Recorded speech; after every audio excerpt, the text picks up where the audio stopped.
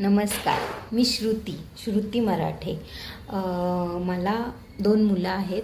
आम्ही 5 वर्षापूर्वी पुण्यामध्ये एक प्लॉट घेतला होता. मग असं ठरवलं की आता आपण तिथे बंगलो बांधूया आणि तिथे शिफ्ट होऊया.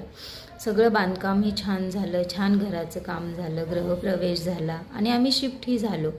आता वाटलं की चला सगळं व्यवस्थित होणार आहे, सुखाने राहूया. पण एका पाठोपाठ एक विघ्न यायला सुरू झाली. पहिला म्हणजे आमचा जो बिझनेस होता तो खूप बुडाला. कळत नव्हतं की असं का होतंय. नंतर दुसराही बुडाला. तोही लॉस खूप मोठा होता. त्यानंतर मार्केटमधून पैसे उचलून आम्ही तिसरा बिझनेस चालू केला, पण त्यामध्येही लॉसच झाला.